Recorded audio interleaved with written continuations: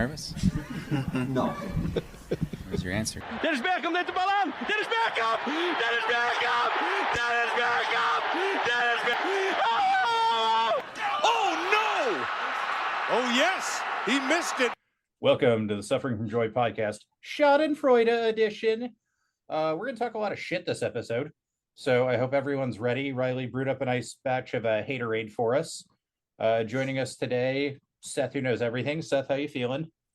Well, I had said in the last pod that I thought there was a 15% chance of this happening. So I am wrong about predicting the future sometimes, but I guess I gave myself a 15% out here. Yeah, that's how it goes. Good enough number. It's just high enough. Brad, how you doing? Man, I'm feeling kind of like the movie Monty Brewster, where they start going $10 million, $10 million, $10 million, $10 million, $10 million, $10 million.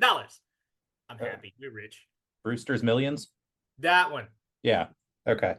It's like Monty Brewster. I don't think that's a movie, but that one. Yeah, there we go.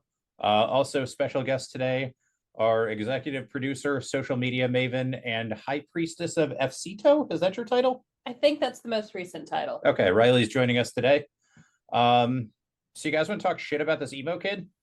Yeah. All right, cool. So for those of you who aren't quite in the know, it's not 100% official. I think it's 99.99% official. Driussi has already put something on his Instagram with his River Plate's logo and everything on it. By the way. Okay, cool. That's official enough. I did also see a photo of him with his kid in a River Plate kit, and his kid looked like totally depressed. Yeah. So $10 million, 10 million American dollars in the year of our Lord 2025.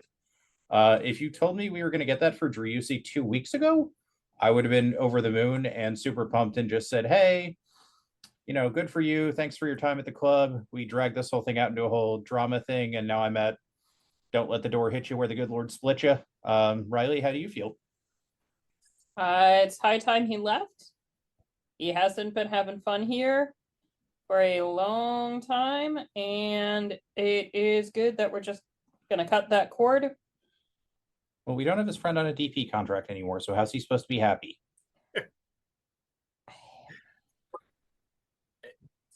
You know what? We have two underperforming DPs that are both going to be playing in the Club World Cup this year. They're going to come back to the United States and play. Something tells me that neither of them might actually be starters for their teams in June for the Club World Cup, but we'll see how that goes. That's what I'm kind of, actually, I hope they don't do terrible, especially if we have performance incentives built into this contract. I don't think we know the details if it's like 8.5 in cash and 1.5 in performance bonuses or what, because these are always kind of weird structured and hard to tell on reporting. But I can't imagine we put performance enhancers in here, right?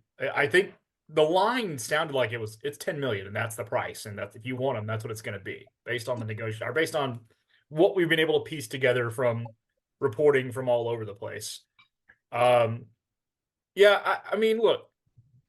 It's a weird two-headed monster right now. Is he the greatest player in club history, like in the field so far? Yeah. I mean, look, he's been the most dynamic player we've ever had. Could this have been handled better? And is anyone going to shed a tear over him leaving? Also, no. I don't know if you know this, but I have a contact at the NSA, and I managed to hack into Rodo's phone during these negotiations. And I have a recording for you guys here. Here we go. Plata. That was it. Entire negotiation. Yeah, I mean, because Rodo is a fucking gangster. Credit how he got this from apparently what was initially a $6 or $7 million offer up to 10 in just a few days is mind-boggling. For a player that refuses to leave Argentina. Yeah. He didn't want to play for another club. Or except River Plate. He wasn't coming back to the States. Our only leverage was we have a contract that it sticks you for 2 years. That's the only thing we really have. And then we get the massive assist from Estudiantes, who apparently came in with an offer as well, which may be real, maybe not. They could have just wanted River to just pay more money. Say what, Seth? Yeah, apologies. It is Seth is crazy to joining me us from that afar. I was going to say, yeah, I'm being through rural Indiana, so my service cuts out here. I apologize. But as we were going through this, like Foster Gillette and the owners of Estudiantes, we owe them a enormous debt of gratitude for willing to bid 11.5 billion for him and to double his salary. Yeah. Like Driussi is going back to Devan to make less money than he was making at Austin FC. Not guaranteed playing time, but he gets to go fulfill his childhood redemption arc. I would also like to shout out the new Argentine government for mildly stabilizing the country enough to the point where he feels safe for bringing his family back to Argentina. This has been a wonderful outcome of this election that I frankly did not see. You know, Yeah. we're all thinking it, so I'm going to go ahead and say it. Sebastian Driussi, afuera! I mean, it's when you really sit back too. First of all, we all need to buy Estudiantes kits that say Driussi 10 on the back, correct? That just needs to happen. Absolutely. I learned how to press jerseys last weekend, so we can get the numbers and some blank kits. Yeah, I just when you stop and really sit back, the fact that Rodolfo Borrell had the patience to wait this out and stick by his guns, it's something that not many other clubs in this league would have the, I think, I hate to say it like this, but the huevos to do. Cojones. Yeah. I mean, I'm proud, Rodo. You have made move after move that I've been like, okay, this is really nice. This is really smart. I understood splashing 10 million on Vasquez because you need a striker. You just paid for it. Plus you get $6.7 million of salary that you haven't been getting a great return on off the books. And this is now officially Rodolfo Borrell's team, and I couldn't be happier. Yeah. I agree. I'm excited about the project. I even told my lovely ticket rep when he called me this morning, he's like, "Oh, are you optimistic about the season?" I was like, "Actually, yes." And he's like, "Holy shit." I tell you all the time, and you're normally like, "Yeah, all right, it's fine." Let's name him. His name is Tyler. His name is Tyler, and he's a very nice boy. He's a very nice boy. He wears khakis a lot. He does. I will say I vacation. had Tyler as my season ticket rep for a hot minute, and then like after Truth, it's like I'm sending you over to someone else. I'm like, okay, I see how it goes, Tyler. Yeah, the fact that anybody at the club actually talks to me at this point is kind of amazing, but Tyler's very nice. Yes. Yeah. I mean, is anybody sad about this? Because when you really look at Driussi's production the last 2 years, it's not there for the money he was on. And I know he was being asked to play further away from goal, and that's not really his game. But for me, what we're building right now, his game does not translate to this roster in the first place. No, I mean, again, we don't really know the system we're going to play, but it doesn't look like something that a true 10 is going to play in, or a late box crasher is really going to be the focal point. And you know what? Isn't it beautiful to say on January 15th that we don't know what type of system we're going to play, and that we have a coach that is going to design a system that is around the players on the field? And we're all completely optimistic about it. Yeah, maybe we're naive. Maybe we're going to be in 11th place come June. It'll be like, what the heck happened? But like, I don't know. This is the best offseason in team history by such a margin that I don't even know where to begin. Yeah, if you can't be optimistic in the offseason, like, just hang up your boots. Well, I don't know. Then coming into last year off season, I don't think any of us had great vibes about anything. We're gonna hold on till summer. We're gonna hold on till summer. Well, No, but there was still some hope, like maybe Diego Rubio will magically score 20 goals or something. Like, there was still some strands of hope, but yeah, bigger stuff going on. Riley, you are our emo music expert, and Sebastian Driussi is very clearly an emo kid. Do you have a band or a song from the aughts that you think describes Sebastian Driussi? Well, I will say that this song is older than a fair amount of our FCTO players, but Thanks for the Memories by Fall Out Boy turns 18 this year. Jesus Christ. I'm so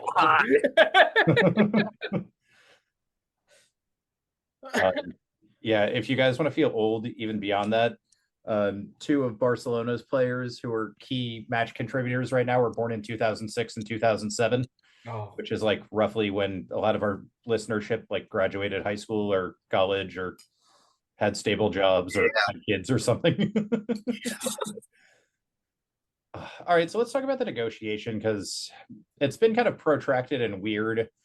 There's always been kind of this like River Plate in the background with Seba, and I don't think a lot of us took it super seriously. Seth mentioned, 15% chance of it happening.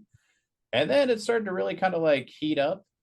And then he didn't show up for what's essentially a meet and greet on Saturday. And It's a meet and greet where they take your blood. Yeah, best kind. Fucking metal as shit.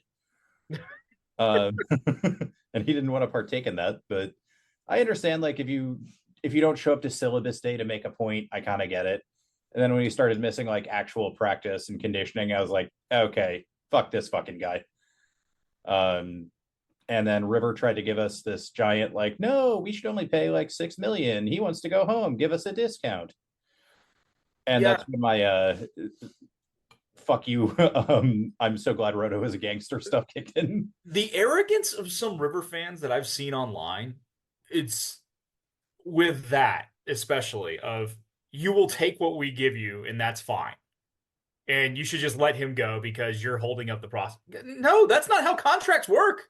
That's not how contracts works. And motherfucker, like we're America. We're Texas America. The most American part of America. That's not how that shit happens. You want to pay for it. Like, yeah, imperialism's bad and America shouldn't be the world police. I'll probably agree with you, but that's the state of things. It's not America. It is Texas, as you stated. And the harder they push us, the harder Rodo's going to push back because Rodo is now a Texan. Yes. Yeah, it made me happier the more the price went up just because of some of the online fans that we started seeing come out of the woodwork from Riverside. Not Riverside here in Austin, but Rivers side of the aisle. The plate people? Yes. I can't. I think for me, when you talk about how the negotiations went all week and the assist we got from Estudiantes, it shows a patience from Rodo that is sorely needed, and almost like having an adult in the room that we've never had in that position. Yeah, it's reassuring. Yeah, I mean, I felt like the signings he's made so far have been very good. Biru's been excellent for the price that we got him on. Dessler is fantastic at the price we got him on. Heinzike was probably our best player the first month or two of last year. Yeah, Bukhari's been very good so far. He's still got some growth to go in acclimating to the system, but he's only been here a few games, really. Yeah, right. When everybody had already given up too. Yeah, and plus he was playing like a few games under Wolf, and see how Bukhari plays this year. I think before you pass judgment there, and then you'll get Ilie this offseason. It's like his scouting department does really good work, along with a couple of names that I'm sure we're going to talk about here in a minute. That Do are you believe them? I do. I mean, I do believe the two names that are on the way are supposed to be on the way. The 20-year-old especially, Dubernarski, but he has shown not only the scouting ability, not only the ability to identify talent and that he has this network to go work through, but understanding what a fair price is across the board. He drives bargains for us. And so like a week and a half ago, so many people in the soccer world were like, why are you spending $10 million on Brandon Vasquez? We just basically didn't spend anything on Brandon Vasquez. Yeah. In the span of 10 days. Yeah, I mean, his salary is going to be cheaper, so we ended up theoretically making some sort of money. We probably made about $3 million total, like on the I think they was that. I mean, I would doubt that Vasquez was on about $900K on Rayados last year. My guess is Vasquez is maybe on $2 million here, but like I don't think we're going to have any players making over $2 million in salary, which having low salaries and higher transfer fees to bring in the roster you want is a really different construction than I would imagine an MLS team would have to be set up. Like we've historically, especially because of Driussi's deal, had one of the 5 or 6 highest salary rosters in the league. We might drop to 18th or 19th in the league this year on that, but we're going to have a way better team. Yeah. And that's the thing is people will see salary and think we're not spending, but that's not the case. We're out here spending money. It's just spending it in a different way. And we talked about this, I think, last episode, that you have to give some credit to Anthony Precourt for this roster makeup over the last, especially 6 months, 6 to 8 months. We've had 2 major buyouts of contracts, of big damn contracts between Sardes and Rigoni. Sardes and Rigoni gone, right? We have bought out an entire coaching staff out of contract. Davey's still here, isn't he? Yeah, I mean, sure, but the rest of them gone, right? So I just and he went and splashed $10 million on Vasquez before any of this Driussi stuff happened. Now, pretty sure they knew this was kind of going to happen here, and that Sebastian wasn't in the plans moving forward. But give Tony Precourt some credit. Dude is spending money, and I think finally and give him credit for going and get Rodolfo Borrell. Yes. That was a visionary move. No one else went and tried that in MLS. And you just went and got a guy who has scouting networks all over the world, who has won at the highest levels, and bring him in. He has an understanding of this league and how the mechanisms work, and then making it work within world football. Like, give ownership of this. People love to give Anthony Precourt shit, and I'll give him shit about ticket prices going up all the time and beer prices or whatever, but the man spends money to make this club try to be a winner. We're just finally spending the money the right way. Yeah, I think we've always pushed back on what I'm going to call a lazy criticism, which is Precourt isn't spending money. As we've always said, he's just spending it poorly. Yeah. But the money's there. We're spending it well. I think a lot of people had a lot of questions about Rodolfo Borrell when me included for a little bit. When he first showed up, yeah, you have this great youth coaching record. You've been an assistant on some very, very, very good teams. You've never been a sporting director before. You don't, quote unquote, know MLS. But I mean, especially as MLS kind of gets more and more international transfer wise, the guy knows what the fuck he's doing. It's pretty simple. Yeah. I don't know what else to say. Do you think the allowing trades for cash is going to work to our advantage going forward, since that's a little closer to what he's used to? Yeah, maybe. I don't know. Like, I feel like, I mean, it's going to be really interesting to see who is actually the first team to take advantage of that. Because right now we still have a couple senior roster spots to fill, and like, okay, do we actually have how much cash is Precourt willing to put in for this? Like, do we try to go after an Evander type player? Maybe with this mechanism, but we'll see how it all comes together. I'm a little skeptical of how many teams are actually going to use this mechanism at first, but we'll see how it works.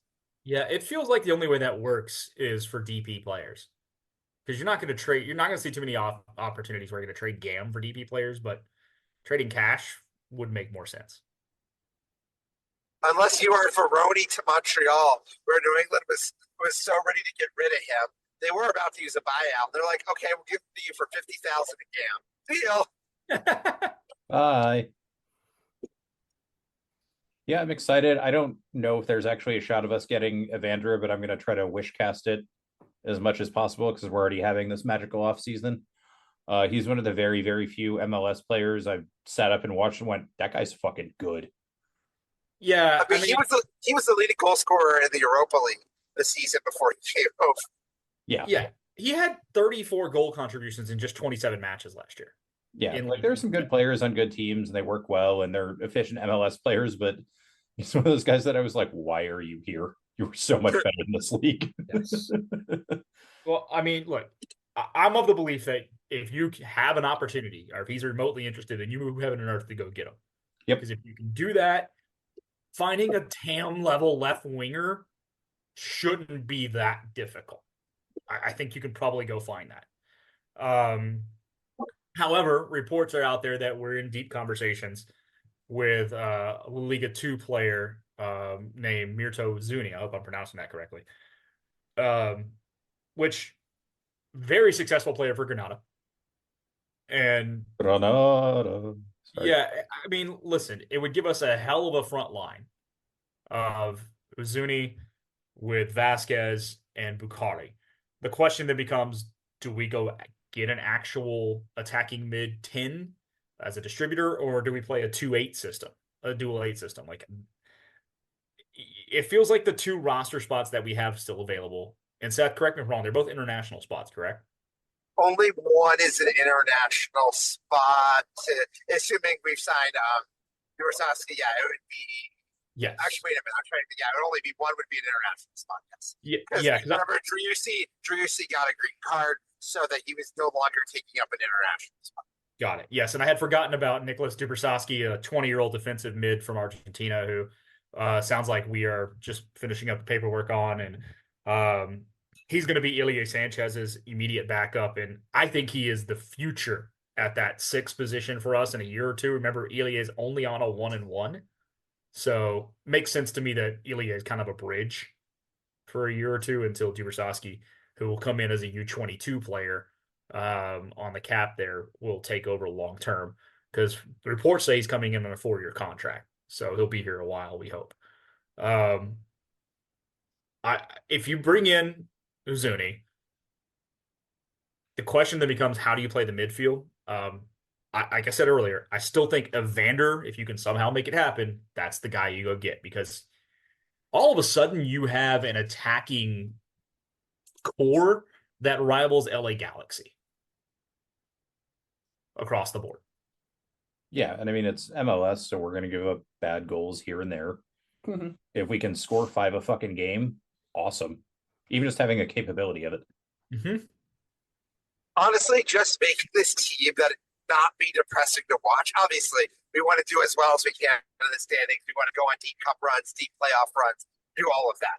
But if we get to a point where this team is actually just fun to watch, that is going to make a huge difference, even if we're not always winning.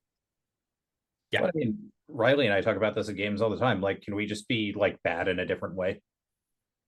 Bad, but make it interesting. Yeah, can we be San Jose? I don't think I want to be San Jose right now more than like this is that San Jose team. I mean, Chicho Aranjo is probably having some Me Too and rape issues on the sides while he was able with being coached by Bruce Arena. That I'm still unclear how he is allowed to coach in the league. And Joseph Martinez, who has an anger management problem beyond all else. Like, I think San Jose will be incredible to watch, but like as like watching I guess we can't really use fire examples this week. That's not a good one for this week. But like just watching the dumpster burning on the side that is not burning near people's homes. I'll give you the comp that I would be for.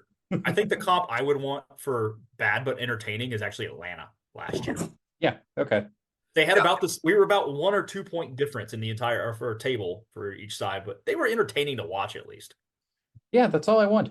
It's MLS. I'm not like, I would love for us to win MLS Cup and CONCACAF Champions League and whatever the hell they're going to rename it in 2 years. But like the Inter Miami Memorial Cup. Yeah, the Inter Miami Memorial Cup, whatever the hell we're going to call it. But like, dance, entertain me. I don't want to sound like a, Roman patrician, but that's kind of where I'm at with MLS at this point. So we did kind of touch on Nicholas Dubrasowski.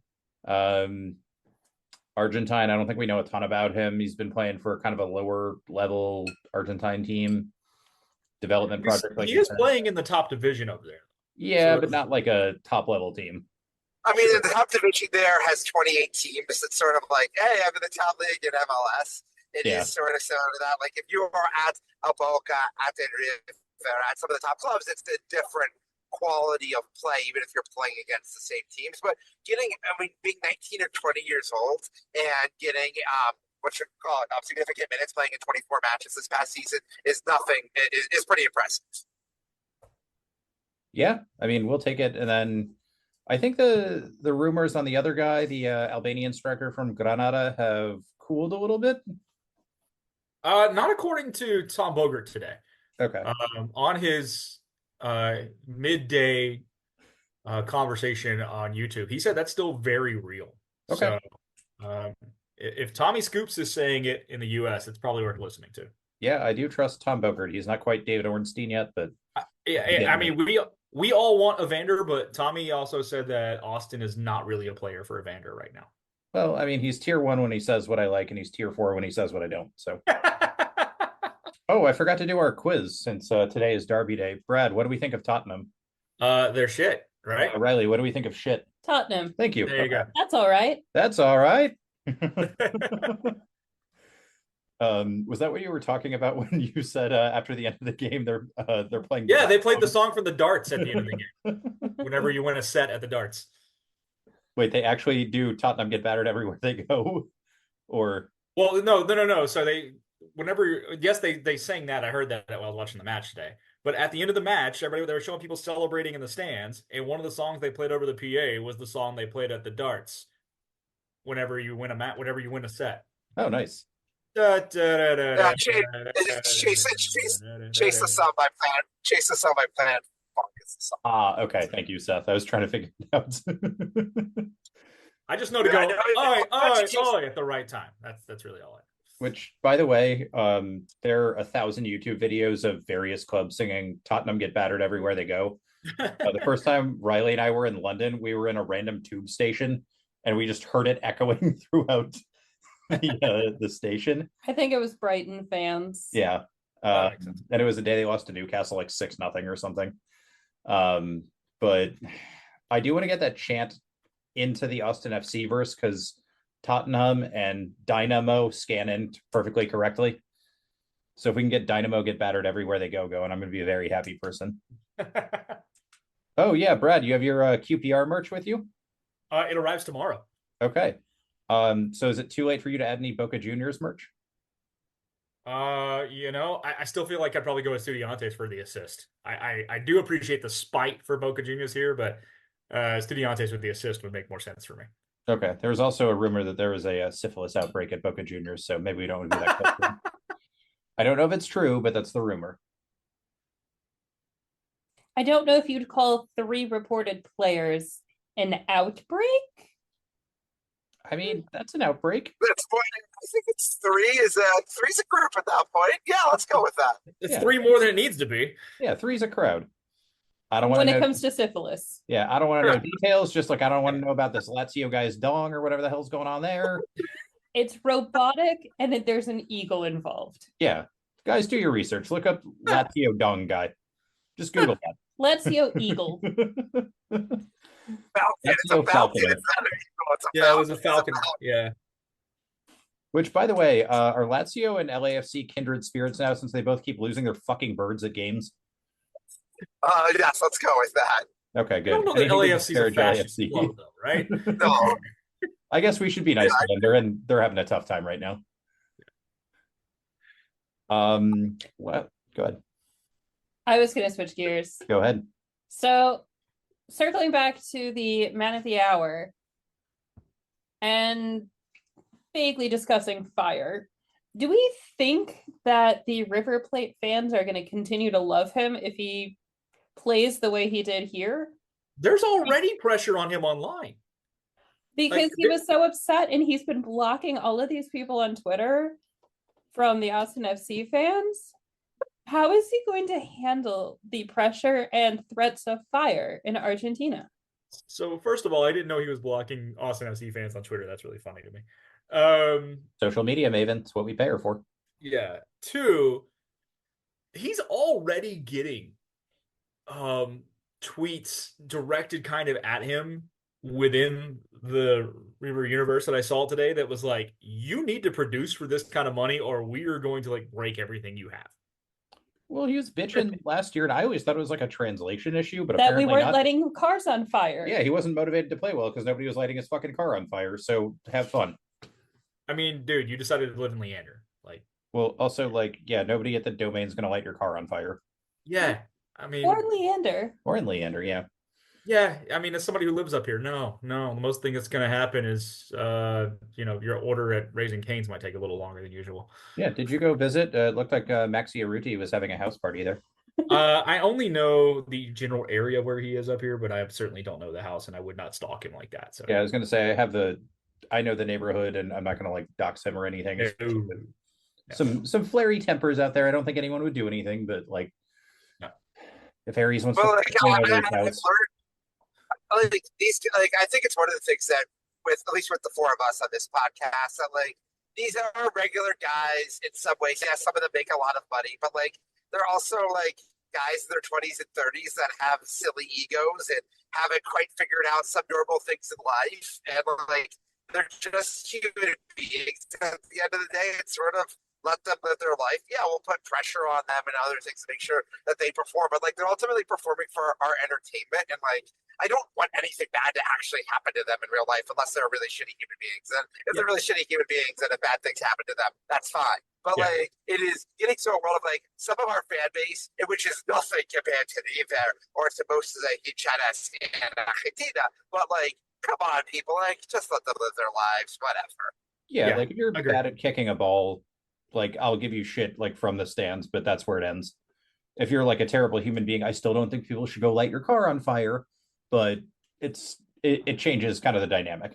But I'll say mean things about you on the internet in a non-legally actionable way. Yeah, and I mean, like Seth said, a lot of these guys are like 25 and have a ton of money and giant egos and are kind of petulant children. Not that I'm talking about anyone in particular.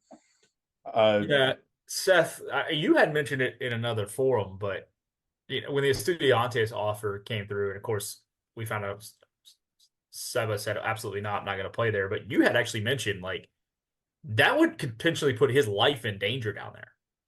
Oh, absolutely it would. Like when like you are so, especially with clubs like River and Boca that are just so big. Like, can you imagine playing against a team where you literally like, okay, I guess Maxi Arudi technically plays against a team that he has a tattoo on, but like Maxi Arudi also destroyed the New England Revolution on a 1-year deal. But like, okay, you go between MLS teams, like who cares? Like the passion there of like, if he goes to Argentina, he must play for River. He has to get to a point of like, it is in his blood, it is in his DNA. Like those fans would, yeah, if he walked into the, my gosh, blanking on what the name of their stadium is right now, the Monumental. If he goes into the Monumental, 8,000 strong, with like everyone knows that he's a River guy playing against River, he would probably need 100+ security guards for the week, like before and after that match. Yeah, it'd be fucking dangerous. Fun. Oh, speaking of great betrayals, did either of you guys see that Sol Campbell Google Pixel commercial? Did not. Oh, No. it's fantastic. So for those of you who don't know, in the early 2000s, Sol Campbell left Tottenham to go straight to Arsenal and then won a bunch of stuff. And the entire thing is about like switching to a better option. It's great. I'll post it in the chat. Put it in the show notes. I mean, we won the derby today. I'm allowed to rag on Tottenham a little extra. Yeah, I mean, getting back to where we are and the Seba thing, I think, of course, we're kind of joking about some things with, hey, we're glad we got the money out of everything. When you talk about Seba's entire career here, I see a lot of folks just like, bye. Stop and thank him for what he did. Yeah. 2022 was special. Enjoy it. It was a great ride. I don't think 2023 was on him. Numbers went down, but you could tell he was still playing and actively playing with passion. I think a lot of the last 2 years was Josh Wolf kind of beating some of that out of him in here. He also was hurt for a lot of 2020. Yeah.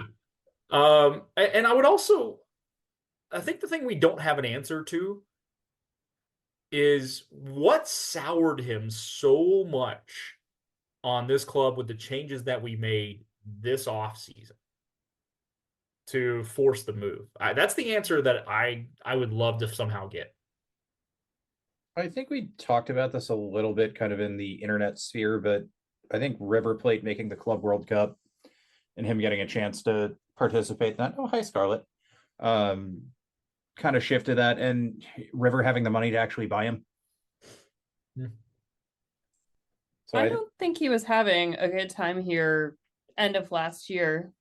Anyway, there were a lot of on-field antics, wacky waving inflatable arm flailing man. I was going more for chucking the captain's armband, but yeah, that's never good. Yeah, I don't know. I get the impression too that he's the last bit of a portion of this team that just needed to be cut out as far as locker room chemistry goes. Yeah. I don't know. I'm already getting just from listening to guys talk and how they're going to reacting with each other so far from the little bits of video that we get and understanding some things that we've heard in the back end, like it feels like the locker room should have just a stronger vibe this year to it. Well, and that's also a good part about like we're, whatever, 4 days into camp. This got done early. It would have been nice if it got done a week ago, but this got done early. So any kind of residual drama about it is probably over next week. Yeah. And I mean, he was upset, but like these guys are like, I'm hyper competitive. Brad's hyper competitive. Everybody on this podcast and probably listening to this podcast is fucking insanely hyper competitive. And these are professional athletes, so it's that ramped up to 11. And I mean, we're not like, it's not a fun way where he's scoring 2 goals and we barely lose. Like, we suck on the field. It's not fun. The fans are tired and bored, and it wears on you. You got to think guys like Danny Pereira and Owen Wolf, too, are sitting there going, this is a chance. Micah Burton even could be looking at this because this is a chance to open up some minutes down the road by the back half of the year. So I don't know. There's a youthfulness to this team that we've never really had because we have pretty much had one of the oldest teams in the league for every year that we've been here. And all of a sudden, in the 3 transfer windows that Rodolfo Burrell said it would take, and he did say 3 to 4 transfer windows when he got here. This is number 3. This roster has flipped on its head. Yep. We are younger, we are faster, more dynamic, and I feel like we're going to play a more direct style under Nico, given what we saw him do at Dallas versus what we necessarily would see Josh play. Well, I mean, it's MLS too. You don't need to play these like hyper complicated 08 Barcelona 900 triangle fucking passing patterns. Yeah, kick the ball past a guy and run past him. It works for half the teams in the league. Yeah, most of the teams in this league have very slow back lines. Yeah. Evidence being Q2 Stadium. So don't be afraid to just go beat them one-on-one or run like you've mentioned. I don't know. There should be an optimism to this team and around this club that we have not had since the beginning of 2023 when we had fool's gold optimism on our hands. Yeah, well, I don't even know about that because a lot of, like, especially this podcast, towards the end of 22 and in the off season between 22 and 23, a lot of us on here were like, guys, the end of the season was really bad. It might not be like we're going to kick over everybody and end up in Western Conference final again. Sure. I do want to do a little bit of ex-Verde news, I guess we'll call him that. Joe Hafferty sold for a USL record to Lexington. I think it was a club record from Las Vegas Lights to Lexington. For one day. For one day before they sold someone to Al Nasser.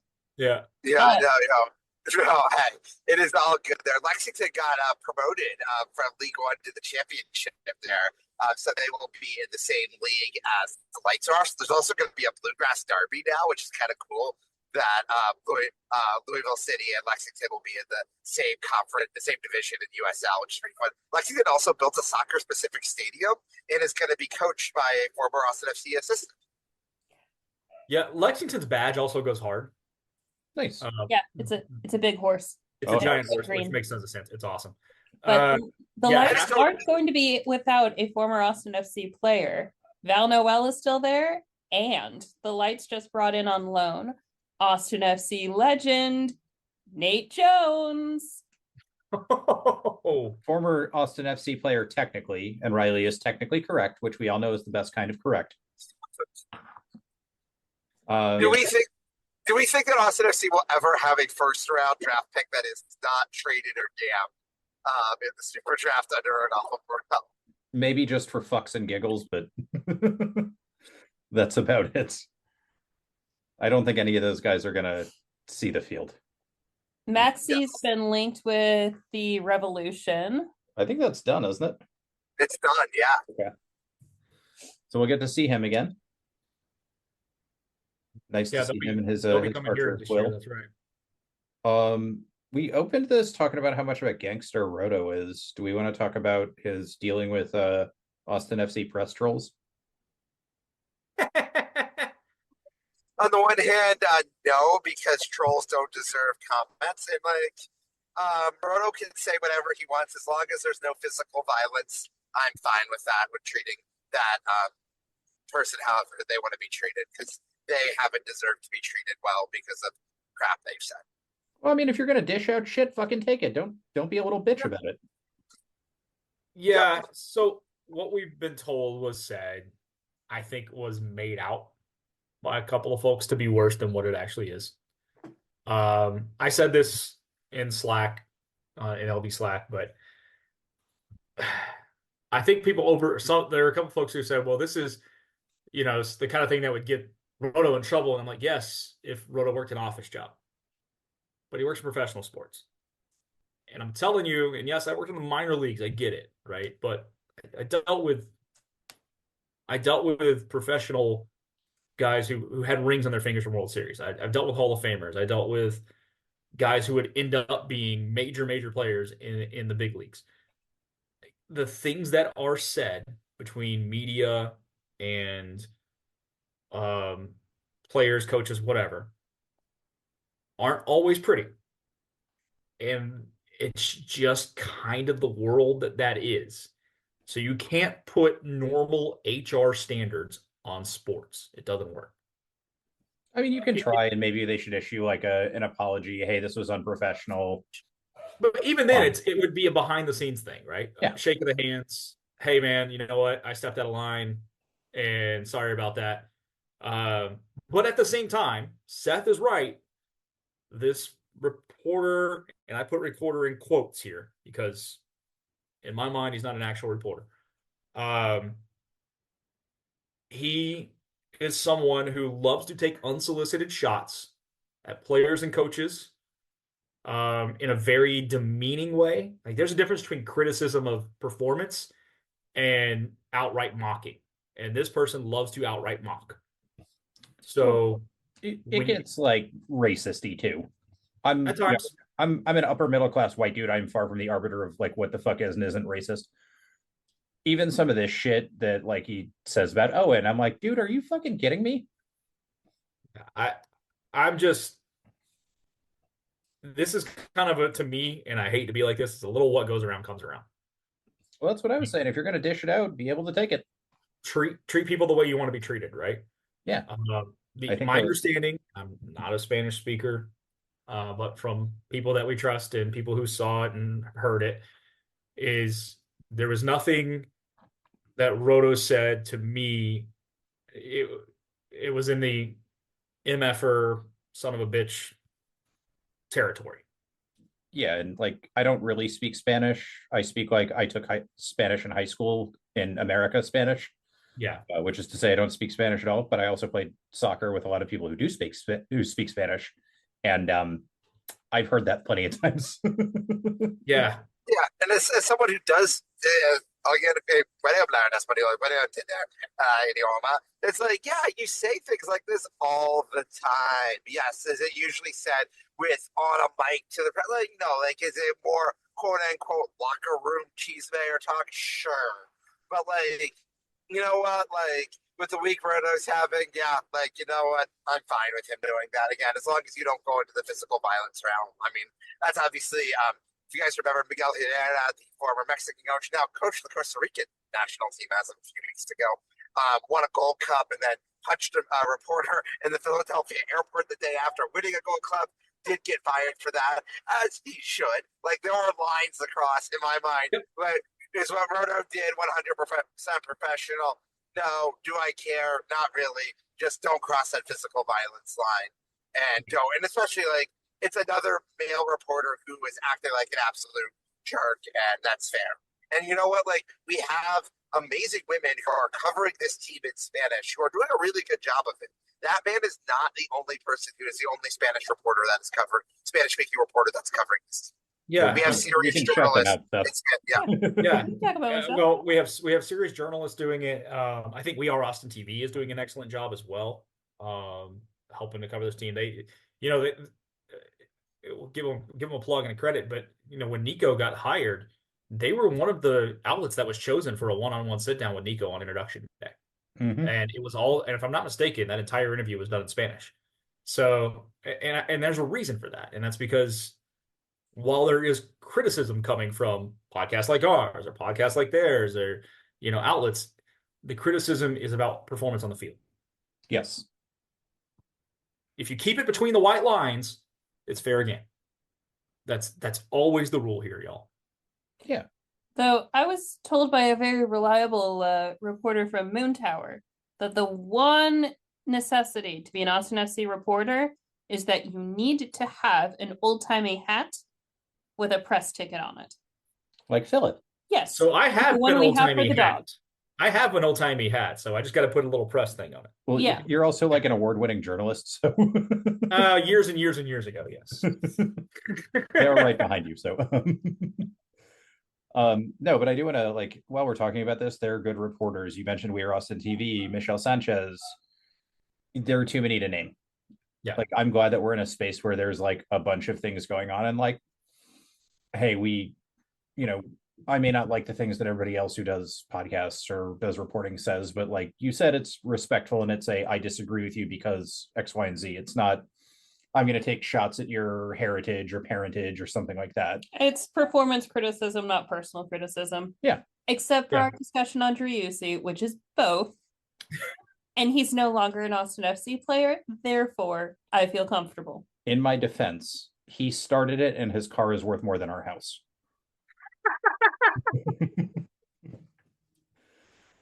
No love for emo kids here. No. Is he going to grow out the swoop down in Buenos Aires? I have no idea what he's going to be growing out there, but for his sake, he better be getting some goals and some assists and be performing, or else. And staying up Instagram. Yes. Yeah. I mean, as that's the thing, as online as he appears to be, it feels like that pressure could get real tight real fast. Turn it the fuck off. If I made $6.7 million a year, I would absolutely be paying an agency to handle my social media. There's no way I would even look at it. Yeah. Yep. Well, I mean, this is also the same week that I don't even know if you guys even know this story. Kai Havertz has been having a rough time kicking the ball in the net for Arsenal. His wife is pregnant, and after the last game, a bunch of people like messaged her and said things like, "I hope you have a miscarriage," and "I'm going to come slaughter your unborn baby," and shit like that. So, over the weekend, not the win today, when they lost. Yes, which is holy shit, get a fucking life, you fucking loser. But at least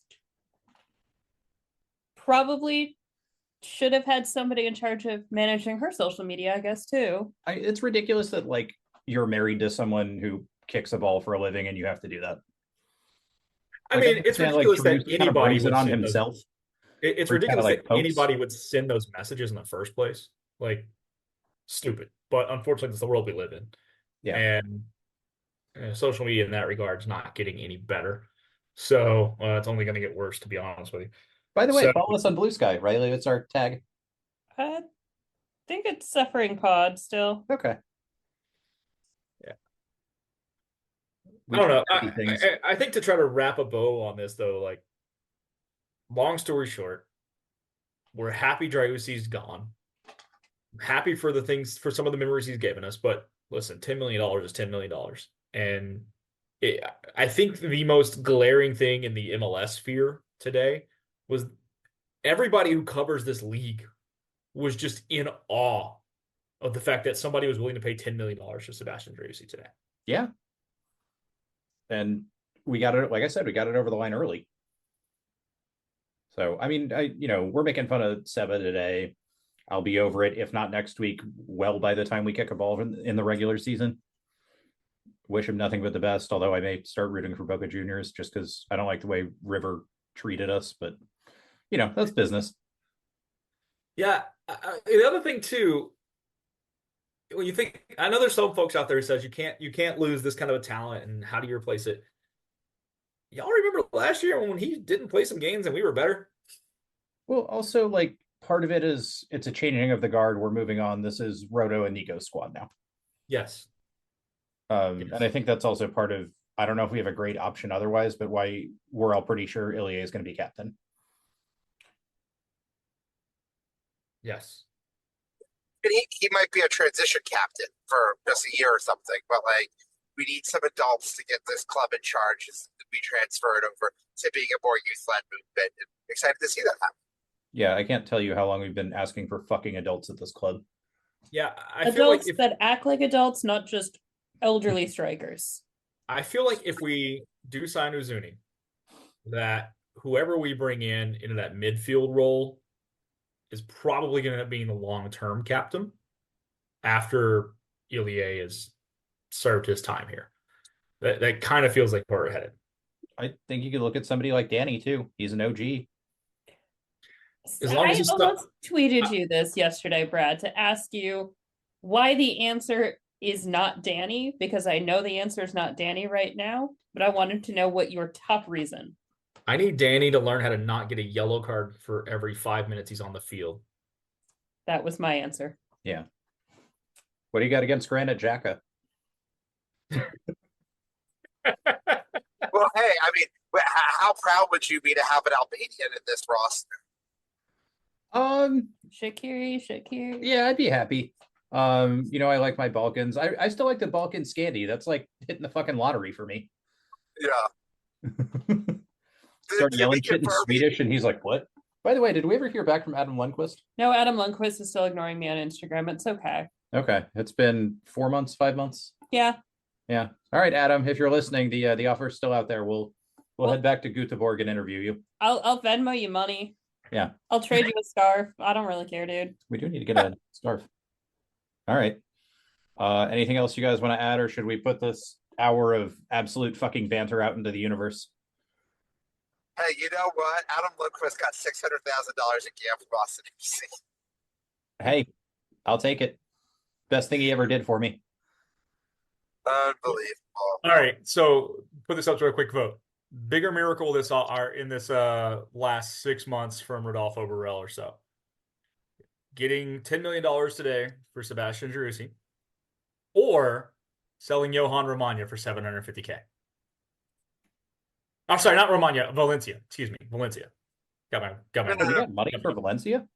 No, I thought we got $750K for Romagna. I don't think we got anything for Valencia. Walked, his contract expired. Yeah. Oh wait, you're right. Yeah, he went to Católica in You're right. It was Romagna that we got money for. And Romagna, and the reason we were able to get money for Romagna is Romagna had a great year on loan at San Lorenzo, and that he played pretty well for them. Like there were certain systems that he would fit into. Josh Wolf's system just wasn't the one that he fit in. I'm going to go with option C, talking Tio Tony into tearing up both Zardes and Rigoni's contracts. I think that's the right choice. Fair. Anybody else want to vote? Anything else we want to add? Going once, going twice. We'll try to update you guys as we get some more signings too. I think as the roster takes a little more shape, and I know Riley and I are going to try to go to the practice on over the weekend, and we'll hopefully see what that looks like from the Lexus Club. Pretend we're rich people. Bundle up. Yeah, we'll be fine. We have Scandinavian blood now. There's Scandinavian, Midwestern blood, and you know what? It's not going to be 18 degrees. I don't know if we still have Midwestern blood, Seth. We might have been acclimated to Texas. High's supposed to be like 40, man. It's going to be cold out there. That'll be fine. 40's fine, especially if the sun's out. It's not like I'm making you climb a mountain. No. Yeah, I mean, we climbed a snow-covered mountain a couple months ago. We're fine. That's okay. Yeah, we'll be good. As Brad writes this down in his notes. No, I'm sitting here looking at the weather next week. That starts on Sunday. And I'm like, oh, no. Yeah. Brad waiting the inevitable group chat message. It's fucking cold out here. Well, he says I'm also going to a hockey game Sunday, so it's. Yeah. That'll be fun. All right, well, I guess we'll get this out in the universe and see what other fun shit Rodo has for us. So on behalf of Seth, Brad, and special guest Riley, thanks for suffering with us. Bye. Promise here for Austin Jarrett Stroud. It's Diego for goodness! He has written his name into Austin folklore. They just won't go away. Oh, he hits the upright again! That's impossible! The Bears' season's going to end on a double doink. Altidore squares it. Dempsey's missed it. Donovan has it. From hope, there is glory.